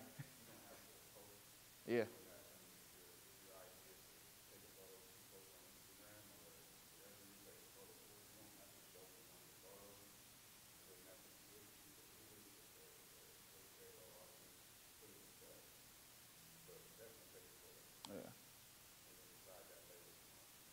That's true. Oh, yeah. I mean, and that's a valid point, because that mindset came from me from doing that. Once I did those, I was like, you know what? I don't feel right about this, so just throw them away. Like, I'm not even gonna think about them no more. But yeah, like, and that comes from fear, right? Like, you're scared that somebody might say something or somebody gonna look at you a certain way. But if you're not being a creep, one, and you acknowledge people, usually they're fine with you taking their photograph if you don't look like you're on some like other shit. And usually, like, we'll get into confrontation too, but if somebody's like, yo, what are you doing? You just tell them what you're doing. Like, yo, I'm practicing photography. I'm a student of photography. You look cool. I want to take this image. And you show them the image, and you could damn near, if you got your phone, or some people carry like a little book, or you got your phone, just show them on Instagram or something. And they go, oh, okay. Like, I've met in confrontation, I've met a few interesting people. Once they saw, I was like, oh, okay, cool. And I send them the image, and they're fine. There's only been 2 times out of probably like 10 years of doing this, I've had to go up somebody's head. Like, that's 2 out of, 10 years? So it's like, it's rare for real. But it's all in demeanor. Like, if you trying to be sneaky and you looking like a creep and you take the photo, you be like, oh. Because you're giving the energy like, I'm not supposed to be doing this, so people want to protect their being, right? But if you acknowledge them and, like, I'll take the picture and I'll look at them and smile, I'm like, thank you. And they be go, oh, okay, cool. Then they walk off, like, or they want to see it. So it's not as crazy as you think, because people want to be, people like looking at themselves. Like, we like taking pictures. So if you out there and you look like you are about people and you look like you know what you're doing on the camera, most people don't mind you taking their photograph. And that's one thing, that negates a lot of fear for me, because knowing that, it's like, oh, like, don't be a dick about it, you know what I'm saying? Like, then you don't gotta run up in people's faces like, bow, I'm gonna take this picture, but. That old saying walking into a space like you already belong in. Exactly. You got a camera, you're out there, you shoot. That's what you're here to do. You're looking like, and they gonna treat you like a baby. Right. This dude over here, that's perfect line. Exactly. Be like, hey, stand over here. Yep. Like a different name. Right. Okay, cool. We're getting pretty close, and a lot of these questions are getting woven into the other stuff, right? So we talked about fears, right? Any fear? Anybody have any like glaring fear that they want to put out there about street photography? Getting robbed? Awareness. Awareness is huge. I'll give you 2 examples. 2 years ago, I'm out with the homie, and we're shooting. Well, I'm shooting. He talks a lot, and this is one thing. Like, especially if you are scared of going out by yourself, get somebody you could go with, but be mindful that you're out there making images, and you're not out there chopping it up. Like, you're out there doing something. You're not out there just kicking it. You know what I'm saying? If you're gonna kick it, kick it. But if you're out there making photographs, as much as I love Josh loves to talk because he got so many things going on in his mind, right? So we're out shooting with Josh. I learned this shooting with Josh, actually. And Josh sitting there talking. I'm like, Josh, can you stop talking, please? I don't know what's going on around me. Like, I can't see. And he's like, oh, okay. Then I was like, oh, that's really a thing. I learned this is years ago. This isn't recent. And I was like, oh, this is a thing. So fast forward, probably like 6 years later. Me and the homie, we're shooting. He's talking. And I'm shooting something out of my eyes in the viewfinder. And he finally goes, yo, something's about to happen. I'm like, what are you talking about? There's this car on the other side of the street that pulled up. I'm thinking it's a narc, but I couldn't really see it. I thought it was like somebody about to go do paperwork or whatever. Then the passenger gets out. I'm like, oh, okay. And I see there's like, oh, it's a driver. I was like, all right, bet. I was like, he little, you go handle him. I'm gonna walk to the middle of the street to go meet the driver. The little motherfucker pulls a gun out. I'm like, oh, I forgot about this part. So I was like, yo, cool, bro. Stay over there. You got it. I'm gonna drop this camera. Don't touch me. You know what I'm saying? Like, but that comes from not being aware. Fast forward, me and Rudy is out on my birthday in the morning this year. We've been in the corner. We over there by Shake Shack. We're walking, and this is not to scare anybody. Like, this is just an example of awareness. We're in the corner, and there's this dude standing there. It's 9 in the morning, standing there, and like now, like I pay attention to everything that's going on. Like, if you walking, I'm seeing you. If you in a car, I see you, right? He's standing there, like hoodie. He has a hoodie on. He got jeans on, and his like hands are like he's cold, right? I'm like, oh, it's not that cold, right? I was like, it's a nice January morning. Like, the sun's right there. It's not that cold.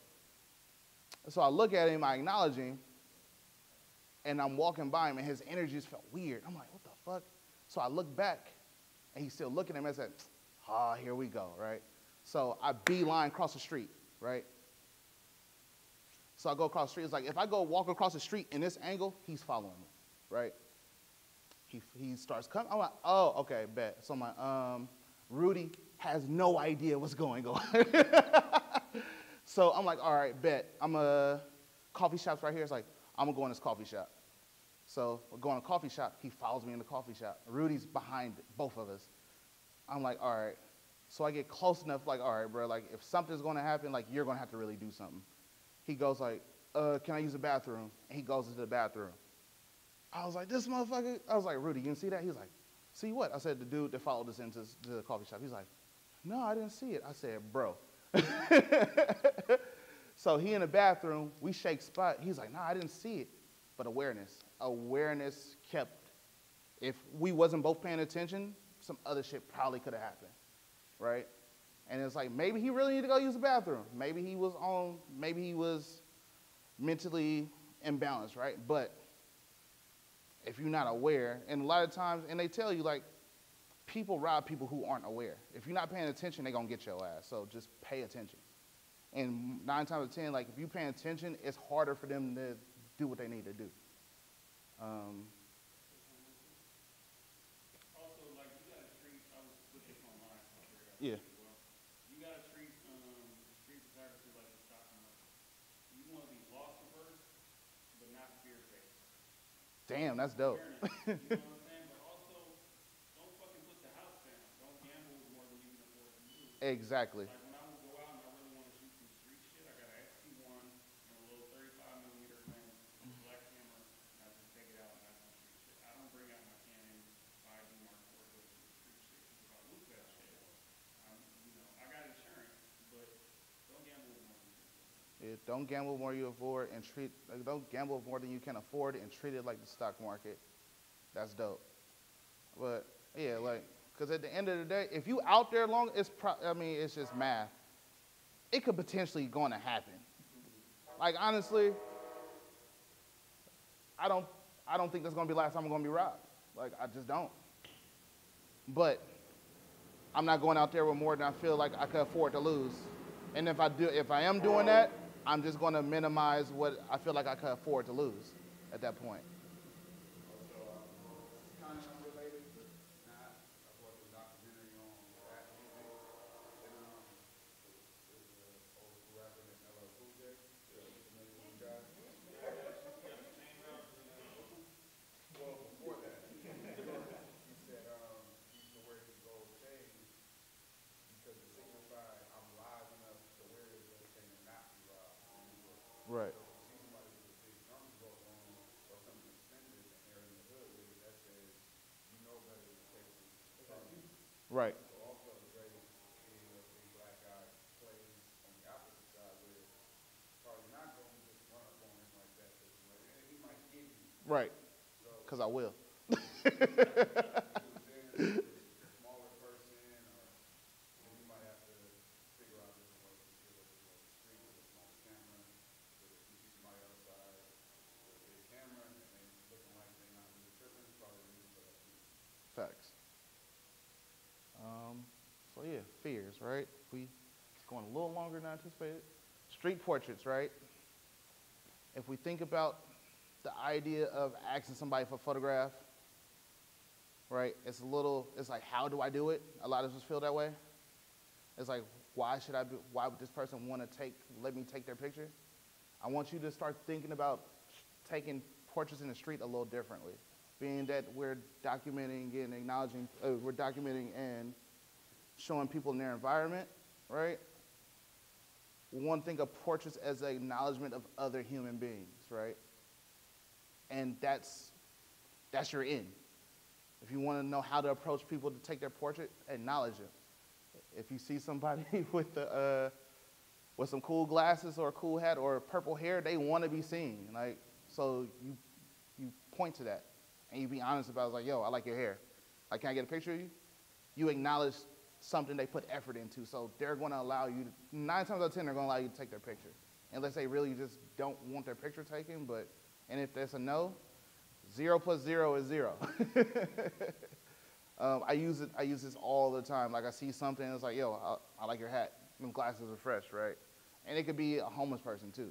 And the idea that you sit there and acknowledge that person, especially if they're homeless too, the idea of you acknowledging them means a lot. So they're ready to have that interaction. Because a lot of times, a lot of homeless people, they're like, yo, like, you're probably the first person to actually talk to me today.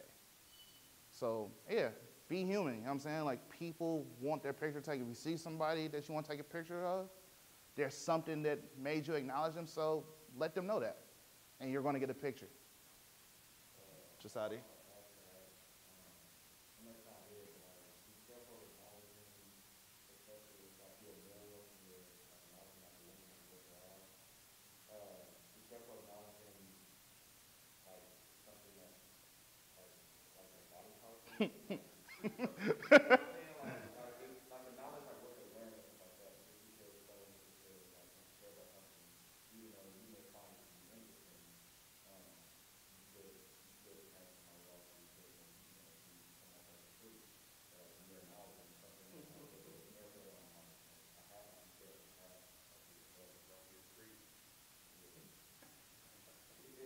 Kinda. Because, I mean, if they got a tattoo and they got an ill-ass tattoo across their chest and it's a woman and she has it out, she wants you to see the tattoo. Ain't that right, Josh? Josh said he believes so, right? So it's really, if people are, especially, it's a good read on people, right? Like if they're not showing the tattoo and you see it, don't speak on it. You know what I'm saying? So portraits, if we're thinking about the acknowledgement of people, portraits ain't always faces. Like, if you're acknowledging human beings and the human experience and how they're putting themselves together, like, little macros of people, I also consider as portraits, right? So, like, the hands, the cane, the ring, it all tells a story about this person without seeing their face. Like, you can see this picture and pretty much make out who this person is. And it's kind of along the lines of human implied, too, the mystery and allowing people to make up the story themselves, right? Right, this is a portrait. I consider this a portrait. Kevin shot this. This is like a few of my favorite photos he shot on the street. It's like these real intimate, close representations of people and like things that people do. Right, the hands tell a story. Oh, forgot about that. So when we're talking about the idea of not showing images or taking an image and be like, I don't know how I feel about this image, that image, right? And knowing kind of like finding out what your moral compass is. This is an image that Kevin took a couple years ago, and we debated about this image probably for like 2 years. We debated about this image yesterday, right? I bring this in because when it was happening, the energy was different. Like, she was actually, like, cool. Like, she was happy. Like, it wasn't nothing going on, but it felt so demeaning when we saw it back. It was like, I don't know how this is going to translate. I don't know how this really makes me feel, like, in context without being there, right? So this image sat on Kevin's hard drive for a very long time.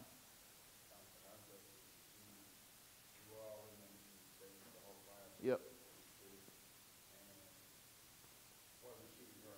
Right.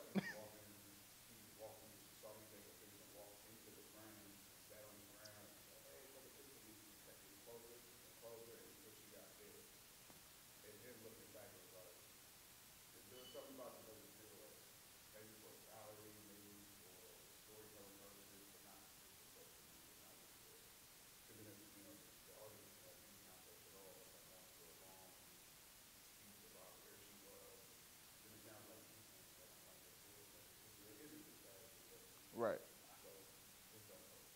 Right. Right. Yeah. See, yeah, right. Right. And right, and so with that, and this picture I took the other day, I was with Jasadi. And me personally, I don't take or post pictures like this because now you're showing people in a demeaning manner, right? Like, you clearly see that her mouth is rotted out from all the drugs she's done, you know what I'm saying? Like, and just, I'm like, I'm not into that, right? But the reason I posted it the other day, the conversation and the context, when she told, we sitting there and when we saw her, she was coming up the street, super cool lady, right? And like she had like a discolored eye. And like usually when I'm like if I want to portrait somebody, this is another trick you could do. Like when I'm outside, I speak to everybody. So if you're acknowledging people, because it's an acknowledgement of human beings, right? You acknowledge somebody, and if they give you the energy like they're cool, I'll ask. Or if you sit there and if they look at you because they're trying to figure you out, they ask about the camera, that's a way in. I'm like, yeah, I do photography, I'm learning photography, I'm documenting people in the area, can I get a picture of you? Usually works, and that's what happened with her. Then, so she stood there, and I'm like, oh, her eyes hella cool, right? Because it's just like, and then like her facial features hella sick. Then she starts grinning, and I'm like, fuck. Like, I don't want this. I was like, I'm about to take it, and just because we've had this exchange, and the energy is there, but I know this isn't going to translate well. But then she's like, yo, like, if people need a reminder of why not to do drugs, can you show them this? Basically, not verbatim, but that, right? Right, Jasadi? Right? So with that, I was like, if she wanted me to share this and I have the context, because she was smiling, it doesn't look like, it looked like she's grimacing, but she was actually smiling. So I took it and I was like, I could post this, right? Because I have that context, but because who I'm like, no, fuck that, close your mouth. I want to see eyes, right? Like, nah.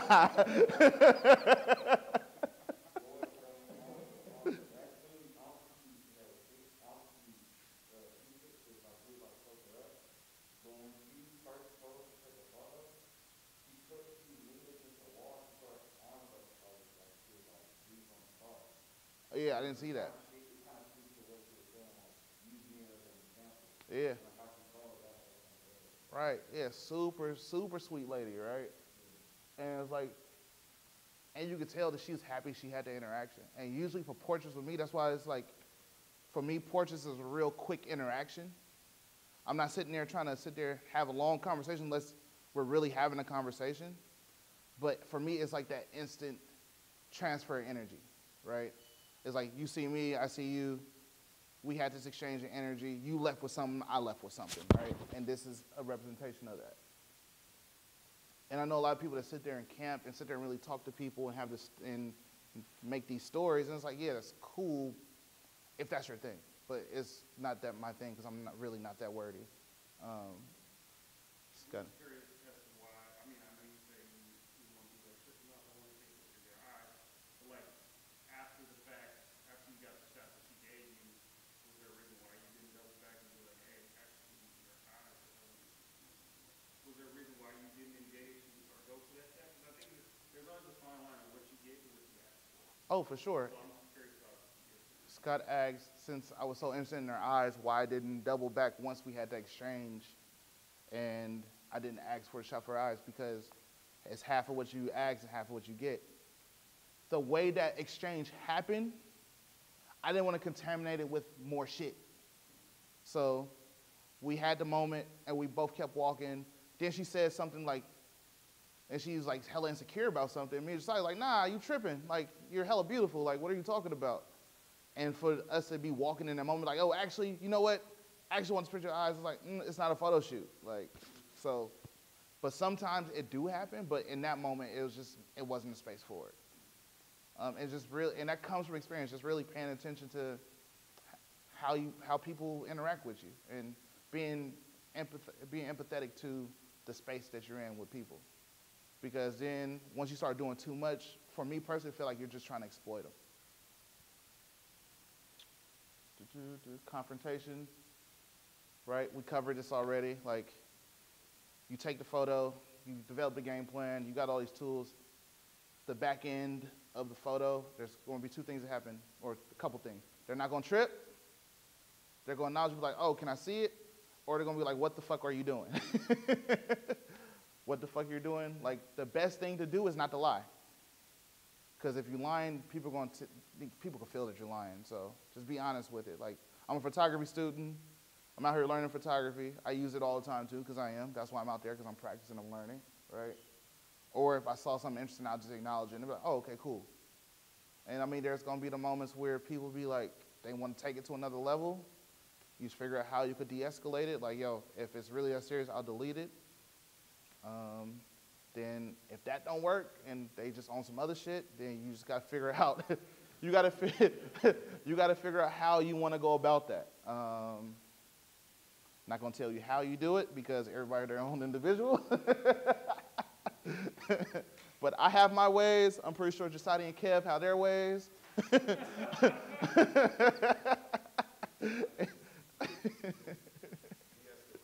De-escalate it, right? Yeah. De-escalate it as quick as you can, but if you can't. I run into a lot of people who think that I'm taking photos of them when I'm not. It's the same thing. They don't understand compression. So I'm looking at him, and he might think it's like saying something like, that's not even smart. Right. When you show him, like, it's kind of like, oh, Right. so I just know it's talking. The 2 times I had to go upside people's heads, that's what happened. Ironically. It's like I wasn't even taking a picture of you, my guy. Like, what are you talking about? Then you show them like, nah, you didn't show me. You skip past, like, how the fuck did I skip past? And you're like, you know what? This one dude ran up on me with a bat. That was the last time. Yeah, and it was like, yo, like, don't stop it. My camera was fixed, and I was at the post office, and I was sitting on my scooter, and trying to position. Somebody ran out, I don't know where, and just hit my camera while it was on my face.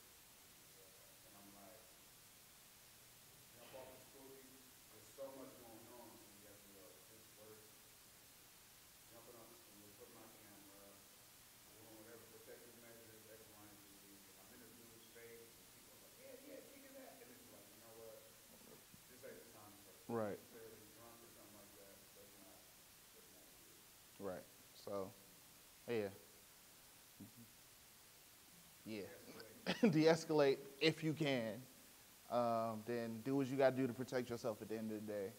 But those instances, and it's like not to touch on it because it's common, it's rare, but we're not going to talk about all the cool shit about street photography and not cover the shit that can happen, right? Safety, we've covered that, right? Awareness is huge. Oh, my guy, Tony Ray Jones, one of my favorite street photographers, right? This kind of is like the sum of everything we've talked about. And he was a street photographer. I forget exactly where he's from, but when he passed, they found this notebook. And there was this notebook with this note in it, right? It was about his approach. And it's kind of a manifesto, a note to himself, right? To remind himself to do these things, right? And when I read this, I was like, oh shit, like I do all of these when I'm outside, or like the things that are in my head while I'm out shooting, right? So it's be more aggressive, right? We tend, especially from fear, we tend to be timid, right? We go out there not being assertive, like, I don't know if I could take this, right? Usually if I'm failing outside, I'm not being aggressive, or I'm second guessing something. And being aggressive is not like running up in people's face, but being aggressive more so in the sense of not second guessing yourself, following your gut, right? Get more involved, right? Talk to people. Acknowledgement. We just talked about this. Stay with subject matter. Be patient. Going back to the Magnum contact sheet example, if you shoot one frame, that's cool, but see if there's anything more in that space you could get exhausted. Me and Scott was on this job in Denver, and I was basically like documenting. It was like street photography, but it was for some corporate shit.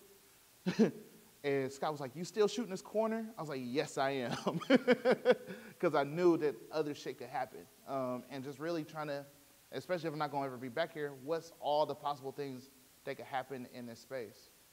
That's why I shoot downtown Oakland so much. Because if I could just exhaust the possibilities of it and stay with the subject matter and really just explore it, like, you could always find something new. So just keep that in mind. Take simple pictures. Going back to me wanting to try to put too much information in the frame.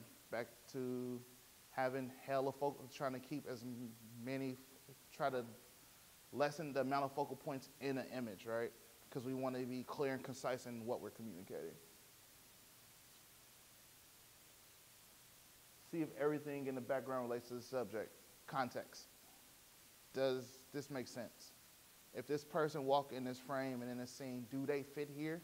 Or am I just taking the photo because the composition's cool and I really just want to post this or really want to show this? That's why these spots that I've told you guys about that I've shot in time and time again that nobody's seen photos of because the right subject matter hasn't been there. Was it very positioned? I wish his handwriting was not as bad as mine. Kev, do you see that? Very composition. Very composition. This one. What's this? X-ray. And some more? And I don't know what the word is. Angle. Ah, there you go. Right. Because somebody wrote it out one time too, so I read it. Yeah, very compositional angles more. Present the world how people don't see it. Get low, get high, get on the ground, climb on shit. If you're documenting the world at your height, there's a lot of people your height. Be more aware of composition, kind of doubling down, right? Don't take boring pictures. How many times we need to see the Asian guy on the smoke break? How many times we need to see somebody walking across some like graffiti or some street art? You know what I'm saying? How many times we need to see people taking pictures of the back of people's heads? Like, cut that shit out. We don't need to see it no more. Push yourself. Get in closer. Use 50 millimeter. There's a saying, if it's not good enough, you're not close enough, right? And usually that's the case. Watch for camera shake. Shoot 1/250th of a second. He knew what he felt the vibe. He felt the struggle. He knew what was going on. He done probably bricked a lot of shots and got to roll back and was like, fuck. Don't shoot too much. Yes and no. I agree with this one, I disagree with this one. You shoot a lot when you're learning, but it's more concentrated. You're not just spraying and praying, you're shooting for discovery. At this point, he was probably to the point to where he didn't need to shoot as many frames as a lot of people starting out do. So he was real selective in the moments he tried to capture, right? And film was more expensive back in the day too, for context, thank you. We have memory cards, and 128 gigs are like 20 bucks.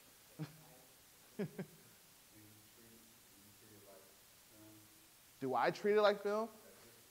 Fuck no. I let that shit rip. It depends on how I'm feeling too. Like, it's like Kobe, right? If he's being aggressive, he's gonna put up more shots. They might not all be makes, but the makes are going to the makes are going to be makes, right?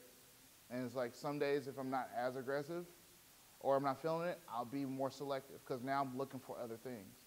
Usually when I'm aggressive, I'm defaulting to the things I'm looking for, so I'm getting a lot more photographs. And if the environment's giving it to me, right? If the game's coming to me, it's like, oh, I'm going to get a lot of photographs. I'm switching gears, and I'm being more aggressive. I'm just going to shoot more frames. Josh make fun of me a lot. He was like, you being continuous shutter, like you like fucking fucking AK-47 over here. Like, yeah, you're right. Because why not? Like, I got the memory for it. But then on the back end too, you got to go through all them photos too. So there's a back and forth. Nowadays though, like the past couple of weeks, I've been shooting less frames. Just because one, I don't have the time, and two, like what I've been trying to learn and work on, it's been slowing me down, and it's been a lot more slow considered methodology. So, and I have a camera that doesn't do continuous as fast as my other cameras now. But even when I shoot those though, I've been slowing down a lot more. Not all eye level, we covered that, right? Not present the world in an interesting way, that most people don't see. And no middle distance. This is me and Kev's probably favorite. You either get close or you get really far away. Don't get in between. In between is regular. It does smell like fear.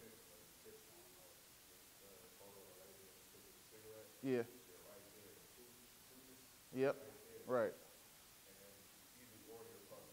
Right. Right. You look like you're double dutching at that point. It looks scary. Like, right. Like when you look at a lot of people's street photography and it looks like something's not connecting. There's a lot of middle distance and it looks like they're scared. And they're shooting a lot of the back of people's heads when they're not looking, and they're at this distance where it's like damn near knee up. And it's like, okay, I get it. Like you're scared. You can see it. Because you're not letting the world interact with you. You're trying to be sneaky at this point. When I say that is it. So with that, we've been sat here and talked a lot about street photography shit. We are outside. In the word of the great AGs. We're going to meet in Berkeley at let's say 1:15 because we ran a little longer. Berkeley by the circular BART entrance on Shattuck. And we're going to have deliberate practice. We're not going to go out there and just take photographs. We're going to set up, probably going to be out there for 3 hours. We're going to give instructions to do for kind of every hour, every 30 minutes for people. And we're really going to try to make photographs. We're not going to go out there and kick it on some photo walk shit. Like, Henry made this comment the first photo walk because he was actually trying. He was like, I'm exhausted just from trying to process what everything's going around. I was like, good, you should. Like, every good session I have, I go home and I'm going to sleep. So with that, though, and it's hard to do when you don't know how to do it, but when you make a game plan, one, you're able to do it, and you're going to come back with way more photographs that you like because now you're focusing in on one thing. So with that, I'll see y'all in an hour. Yeah, we'll take out. And to get lunch, take a break, you know what I'm saying? So it's not going to take you an hour to get there, but coffee, break.